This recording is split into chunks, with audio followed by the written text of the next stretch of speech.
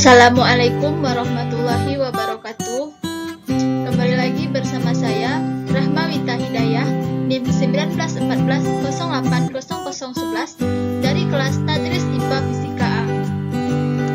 Video ini merupakan tugas dari mata kuliah Biofisika dengan dosen pengampu Ibu Nur Hasnah MSI, Universitas Islam Negeri Imam Bonjol Padang. Pada kali ini saya akan membahas materi tentang bioakustik.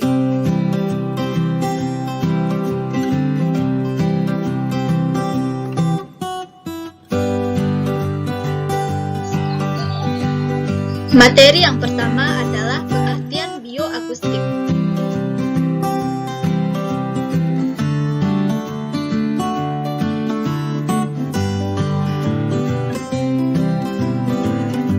Bioakustik berasal dari kata bio dan akustika. Bio berarti hidup dan akustika berarti kajian getaran dan bunyi. Dapat disimpulkan bahwa bioakustik. Materi berikutnya, konsep getaran atau vibrasi gelombang bunyi dan suara.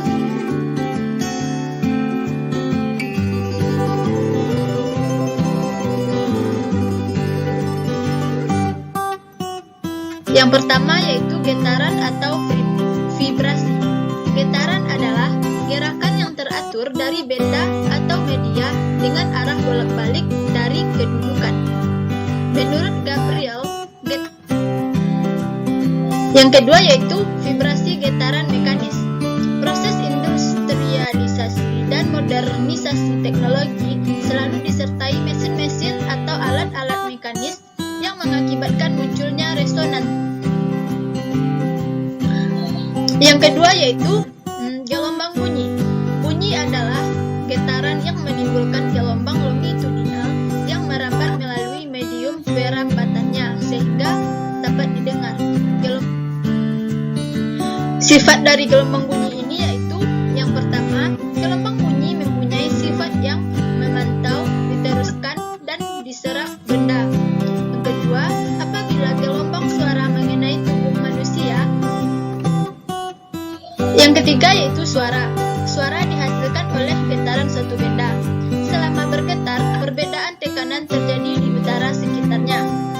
Suara berkaitan erat dengan yang pertama, frekuensi. Materi yang berikutnya adalah kecepatan bunyi pada berbagai medium.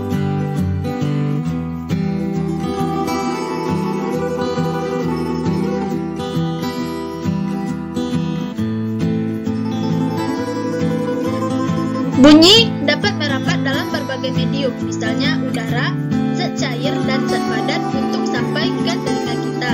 Pada umumnya, bunyi lebih cepat merambat pada zat cair dibandingkan dengan udara, dan bunyi merambat.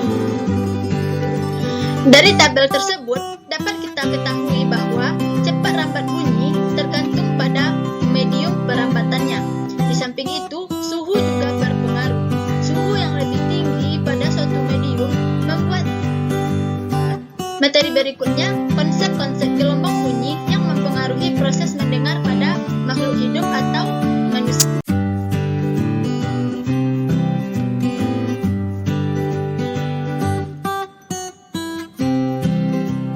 Unsur-unsur bunyi ini antara lain yang pertama, tinggi nada bunyi. Semakin banyak jumlah getaran yang dihasilkan dalam selang waktu tertentu, maka bunyi yang dihasilkan akan semakin nyaring. Yang kedua, kuat bunyi.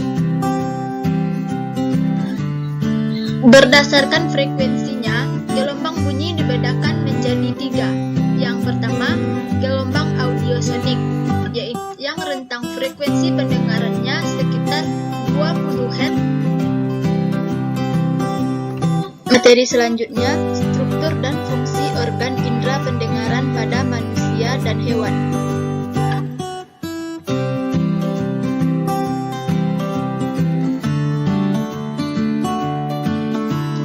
Di sini dapat kita lihat skema bagian-bagian telinga beserta organelnya. Yang pertama yaitu telinga bagian luar. Bagian ini terdiri dari daun telinga. Fungsi dari telinga bagian tengah adalah sebagai penyalur getaran suara, memperkuat suara, dan melindungi alat pada telinga bagian dalam. Di dalam telinga bagian tengah Yang ketiga yaitu telinga bagian dalam. Telinga bagian dalam atau labirin ini merupakan bagian terpenting dari telinga. Labirin adalah suatu rongga berisi cairan perineum dan letaknya di tulang. Materi selanjutnya, proses pendengaran pada manusia.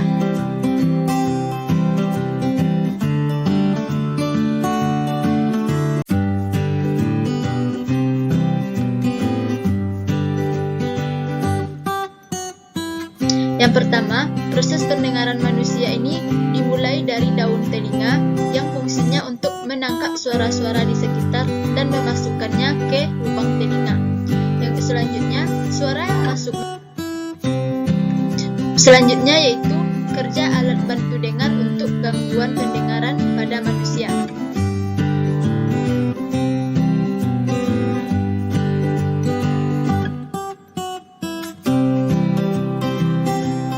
Alat bantu dengar merupakan suatu alat akustik listrik yang dapat digunakan oleh manusia dengan gangguan fungsi pendengaran pada telinga. Alat ini dapat dipasang pada bagian dalam telinga manusia ataupun pada bagian sekitar.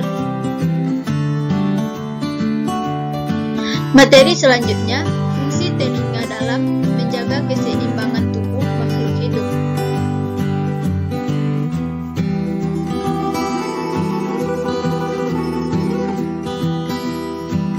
Pada telinga dalam terdapat bagian berbentuk semi lingkaran berisi cairan endolimfa dan sensor gerakan yang menyerupai rambut-rambut halus. Bagian ini dikenal sebagai kanalis semisirkularis. Materi berikutnya, sistem sonar atau ekolokasi pada lumba-lumba, gajah, dan kelelawar.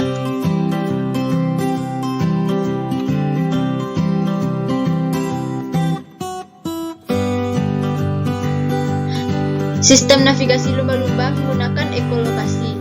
Salah satu keunikan lumba-lumba yang diadopsi manusia adalah sistem komunikasinya. Mamalia laut ini memiliki sistem komunikasi yang menggunakan suara sonar. Sistem ini digunakan.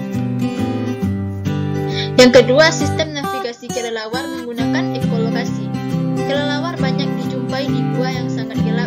Untuk dapat terbang dengan arah yang benar, kelelawar menggunakan sistem sonar. Kelelawar biasa berterbangan di tempat-tempat. Yang ketiga, sistem navigasi gajah menggunakan ekolokasi. Gajah bisa merasakan datangnya badai dengan telinganya yang besar. Gajah mampu mendengar suara berkumpulnya awan sebelum hujan, dan gajah dapat. Materi berikutnya, kerja sistem sonar yang digunakan pada radar atau alat-alat yang terinspirasi dari sistem sonar.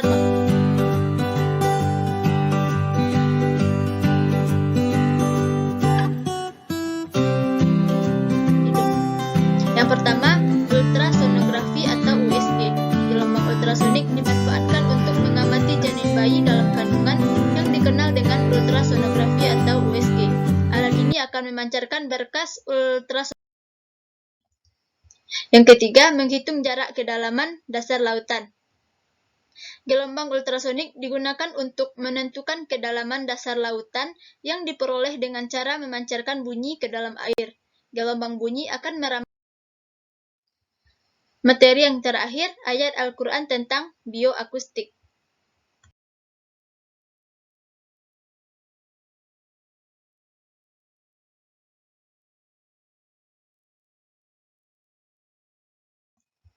Sumber bunyi dalam perspektif Al-Quran terdapat dalam surah ke-39 yang dinamakan dengan surah Az-Zumar, yang berarti rombongan perang. Pada ayat ke-68 diceritakan peniupan sangkakala digunakan. Nah, itulah tadi pembahasan tentang bioakustik.